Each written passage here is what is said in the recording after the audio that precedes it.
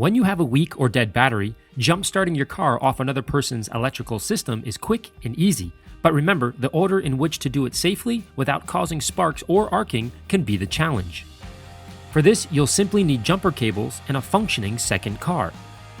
I'm Larry Casilla, pro detailer and trainer for the last 15 years, but when it comes to what's under the hood, I'm the student. Follow me as experts teach me how to diagnose, fix, and modify cars on Autoblog's Wrenched. All right, Spence, jump starting your car seems pretty simple. The red on the red, black on the black, start the car, and this one should start. Is that the way it works? Well, in theory, you're right, but there is a specific order in which you want to put the cables on. You don't want to damage the factory ECU in the car, and you certainly don't want to cause a spark or possibly blow up the battery acid fumes on the dead battery. Quality jumper cables come in various lengths, colors, and prices, but the most important factor is its gauge. The lower the gauge, the more power that can be transferred through the cables and therefore charge the battery faster and more efficiently. Likewise, find a clamp with strong claws and closing strength, a rubber insulated cover to minimize the chance of getting shocked, and at least 12 feet in length. Open the hood of the good car, which may not be a car that you're familiar with, and locate which side of the car the battery is on.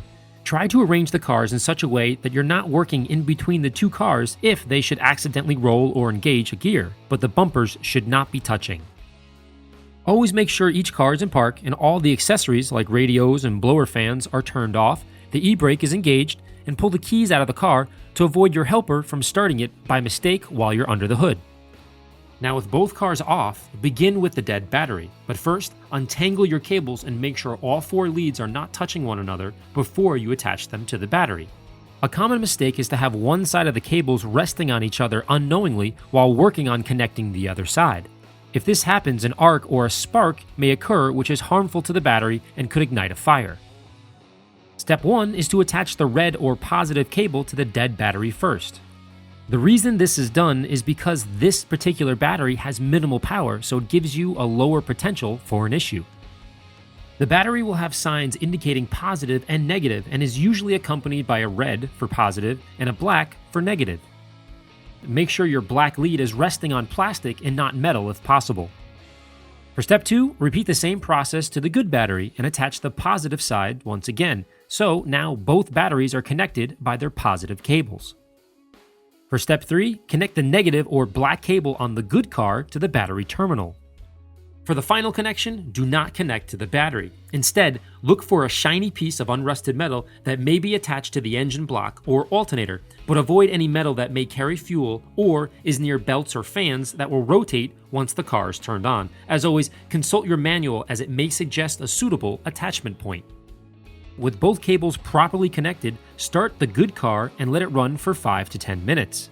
The alternator in the good car is charging both its battery and the dead car's battery. Now get in the dead car and try starting it. If it doesn't turn over immediately, let it sit for another 5 minutes on charge. If a second attempt is required, have your helper get in the good car and rev the engine to 2,000 to 3,000 RPM to increase the output of the alternator in hopes of giving the dead battery a little extra juice to get it running. Likewise, double check your connections are solid to the battery or try another ground location if all else fails. Once the dead battery starts, disconnect the cables in the reversed order in which they were installed. Wrap up the cables and put them back in your trunk and immediately get your battery tested at your dealer or auto parts store.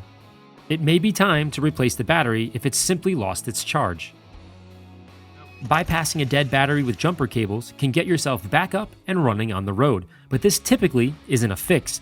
It's more of a bandage until you or a mechanic finds the root cause of the battery drain. For more how-to car repair videos, visit autoblog.com/wrenched. I'm Larry Casilla from AmmoNYC.com. As always, thanks for watching.